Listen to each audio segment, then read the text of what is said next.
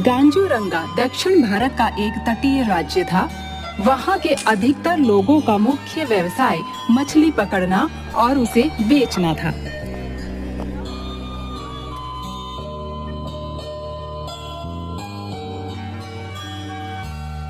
एक परिवार जिसमें माँ, पिताजी और एक बेटा जिसका नाम बिस्वा था रहते थे। बिस्वा की 12वीं की परीक्षा अभी खत्म हुई थी। बिस्वा, रे सुन बेटा,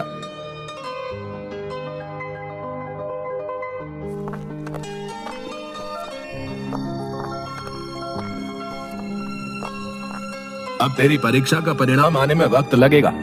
तब तक तू कहीं कोई काम देख ले ताकि घर का कुछ खर्चा निकल आए। पिताजी, अभी भला मुझे क्या काम मिलेगा? कल सत्या के साथ मछली पकड़ने चला जाऊंगा। अरे इतना पढ़ लिख कर मछली ही पकड़ेगा क्या है? फायदा क्या तेरे इतने पढ़ने का? तो पिताजी मैं क्या करूं फिर? अरे बुद्धू, कल तेरे चाचा ज्योतिर्मय आ रहे हैं, वही बताएंगे कि अब तू क्या करेगा।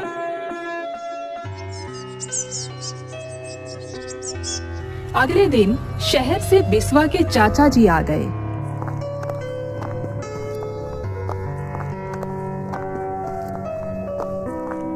भैया जी प्रणाम। कैसे है भैया आप? प्रणाम। अरे आओ आओ ज्योतिर्मय, बहुत दिनों के बाद आना हुआ तुम्हारा। अब क्या करें भैया, काम काज की वजह से टाइम नहीं मिल पाता। और बिस्वा, कैसी चल रही है तुम्हारी पढ़ाई? चाचा जी, अब बस परिणाम आना बाकी है। परीक्षा तो अच्छी गई है, अब बस कुछ काम की तलाश में हो। तुम मेरे साथ गाइड का काम क्यों नहीं कर लेते हैं? कल ही मुंबई से कुछ दोस्त आ रहे हैं, उन्हें पूरा गांजूरंगा घुमाना है, इसीलिए तो आया हूं मैं। एक काम करो, कल तुम भी मेरे साथ चलना, साथ साथ में काम भी सीख जाओगे और गांजूरंगा को मुझसे अच्छा तो तुम जानते ही हो। हाँ, यह सही रहेगा। कल से तू अपने चाचा के साथ काम सीख। ठीक है पिताजी, जैसा आप कहें। अगले दिन ज्योतिर्मौर्य और बिस्वा काम के लिए निकल ही रहे थे, तभी ज्योतिर्मौर्य को फोन आता है। हाँ हेलो, कौन बोल रहा है? अच्छा, अरे कब हुआ ये? कैसे हैं आप मालकिन? मैं अभी शहर के लिए निकलता हूँ। अरे ज्योतिर्मय, ऐसे टेंशन में क्यों आ गया? क्या बात हो गई? भैया, बिस्वा की चाची सीढ़ियों से गिर गई है और काफी चोट आई है। वो हॉस्पिटल लेकर जा रहे हैं। मेरे नौकर गोकू का फोन था, मुझे अभी निकलना होगा। बिस्वा, मैं तुम्हें अपने गेस्ट का नंबर देता हूँ, उनसे मिलकर तुम उन्हें सभी ऐतिहासिक जगहों पर घुमा देना। अच्छा? लेकिन चाचा जी, मैं तो अभी। अरे घबराओ नहीं, सब लोग हमारी तुम्हारी तरह के होते हैं, अच्छे से बात करते हैं। और तुम तो यहाँ के लोकल हो, अच्छे से संभाल लोगे। मैं निकलता हूँ। उसके बाद ज्योतिर्मौर्य शहर के लिए निकल जाता है।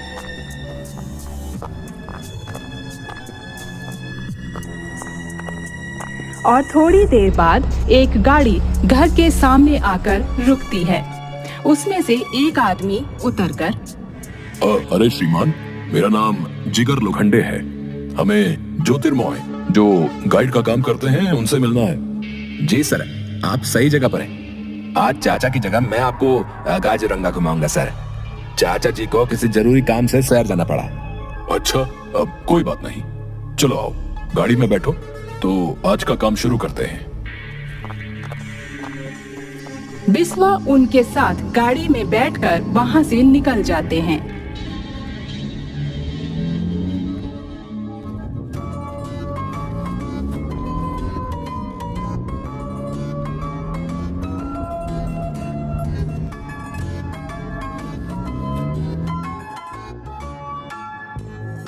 देखो बिस्वा, ये हमारे दो दोस्त हैं, यश पाटिल और करण शिंदे।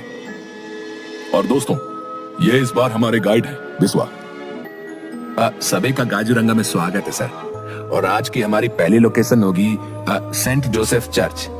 ये चर्च यहाँ का ओल्डेस्ट चर्च है सर। यहाँ से बस कुछ कदम पैदल चलकर हम वहाँ पहुंच जाएंगे।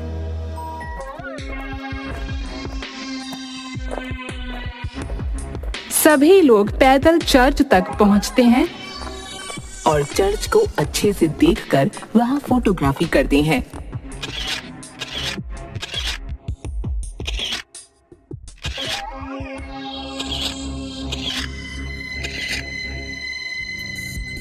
बिस्वा, ये जगह तो सच में लाजवाब है।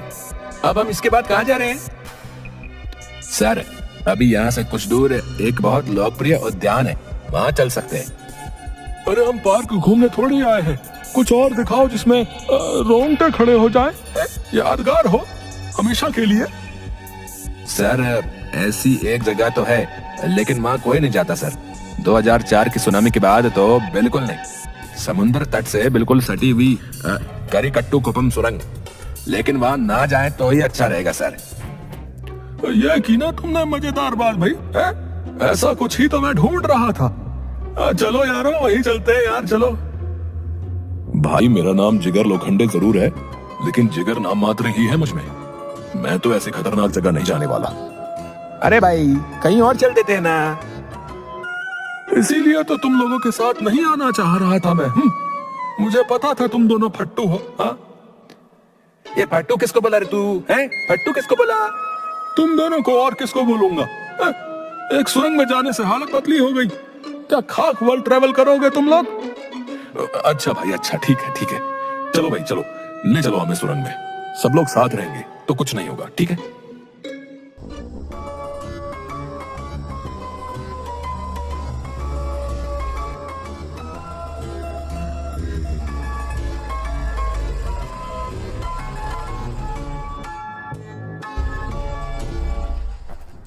बिस्वा दोनों को समुद्र किनारे एक पथरीली पहाड़ी की सुरंग के सामने ले गया।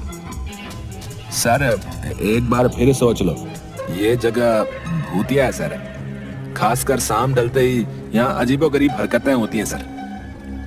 तभी अचानक पीछे से एक बूढ़ा सा भिखारी वहाँ आकर बोलता है, आ गए तुम लोग भी आ गए। जाओ जाओ, तुम्हारा भी वक्त आ गया है, जाओ। वो सब सालों से प्यासी हैं, बस सच्चा मन और चमकीला मोती ही बचेगा।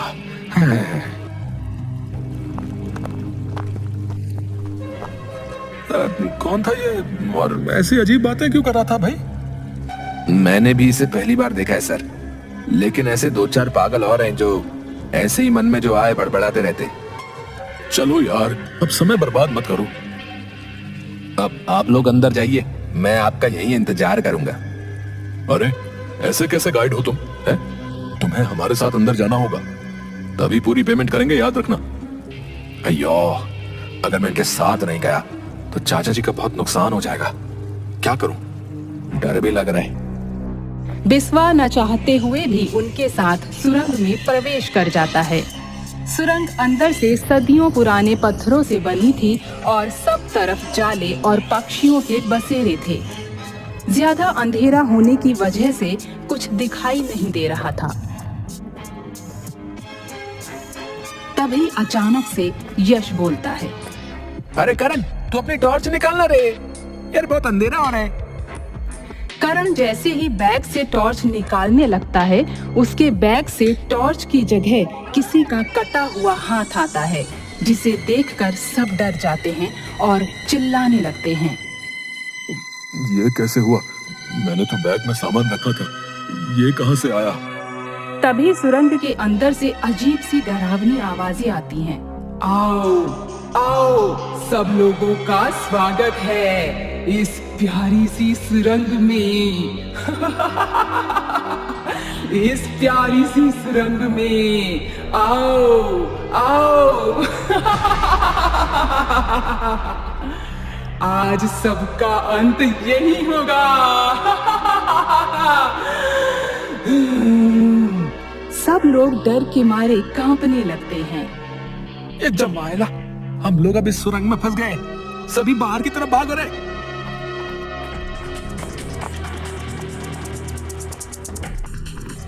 सभी वापस भागने लगते हैं, लेकिन कुछ चट्टानें अचानक से गिरकर रास्ता बंद कर देती हैं। सर, मैंने मना किया था कि यहाँ ना आए, आप लोग नहीं माने। अब पता नहीं क्या होगा।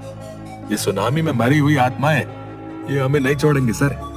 तभी सब तरफ छोटे छोटे मांस के टुकड़े सुरंग से गिरने लगते हैं और सब चिल्लाने लगते हैं, बचाओ बचाओ बचाओ, कोई है बचाओ। तभी यश धीरे धीरे पीछे हट रहा होता है। अचानक से उसको एक अधकटी सी चुड़ैल खींचकर अंधेरे में ले जाती है। जिगर, बचाओ! मुझे लगता है अब हमें से कोई नहीं बच पाएगा। हमारा एक दोस्त तो चला गया। यश की मौत का जिम्मेदार मैं ही हूँ। अब क्या करें? सर, अभी हमें बाहर निकलने का रास्ता खोजना होगा। इस तरफ आओ सभी।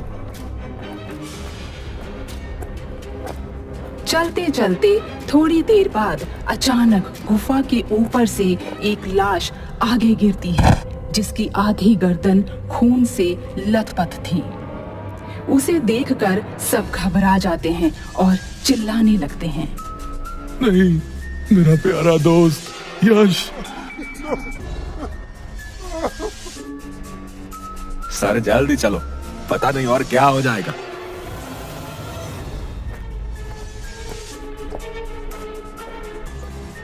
डरावनी आवाजें और तेज हो जाती हैं और गुफा में आगे 2 रास्ते दिखाई देते हैं।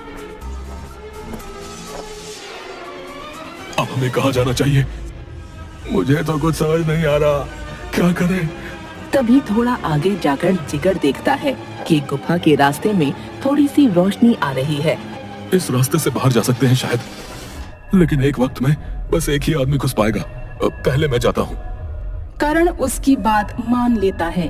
जिगर जैसे ही उस रास्ते में घुसता है, उसको कोई अदृश्य शक्ति अंदर खींच ले जाती है, जिसे देखकर बिस्वा और करण डर जाते हैं। बिस्वा, अब हम दोनों को भी ये सुरंग निगल जाएगी। हम लोग क्या करें? बिल्कुल समझ नहीं आ रहा है। सर, हमें हौसला से काम लेना चाहिए। आप शांत हो जाइए और थोड़ा आराम से सोचिए। तभी बिस्वा को उस भिखारी की बात याद आती है कि बस सच्चा मन और चमकीला मोती ही बचेगा। इसका कुछ तो कनेक्शन होगा। सर, आप अपने आसपास कोई चमकीला पत्थर ढूंढिए। क्यों, क्या हुआ? चमकीला पत्थर, क्या करोगे उसका? सर, वो मैं बाद में बताएगा, आप पहले ढूंढिए। दोनों गुफा में इधर उधर पत्थर ढूंढने लगते हैं।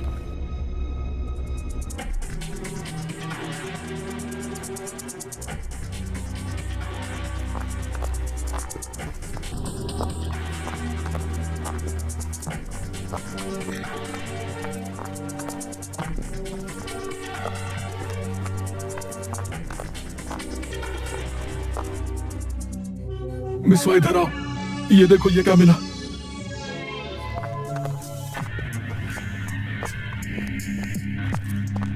करण के हाथों में एक चमकीला सा पत्थर होता है। हे भगवान, तेरा लाख लाख शुक्र है, लेकिन अब इस पत्थर से बाहर कैसे जाएंगे? क्या सोच रहे हो? अब हमें करना क्या है इस पत्थर का? सर, उस भिखारी ने कहा था कि बस सच्चा मन और चमकीला मोती ही बचेगा। चमकीला पत्थर तो मिल गया, लेकिन सच्चा मन नहीं समझा।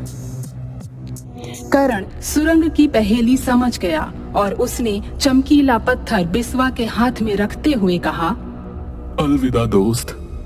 तभी एक बहुत तेज रोशनी के साथ दोनों, करण और बिस्वा, गुफा के बाहर गिरते हैं। उनके हाथ में वो चमत्कारी पत्थर भी था। ये पत्थर मेरे हाथ में आते ही हम लोग सुरंग से बाहर कैसे आ गए? क्योंकि आज तुम्हारी वजह से मेरी जान बच पाई दोस्त। तुम्हारा मन सच्चा और साफ है, इसलिए पत्थर तुम्हारे हाथ में आते ही हम लोग सुरंग से बाहर आ पाए। अगर पत्थर तुम उठाते तो मैं भी अपने दोस्तों की तरह मारा जाता। उसके बाद दोनों भगवान का शुक्रिया करते हैं और वापस चले जाते हैं। दोस्तों, धैर्य, हौसला और बुद्धिमत्ता से हम लोग बड़ी से बड़ी मुश्किलों से भी निजात पा सकते हैं।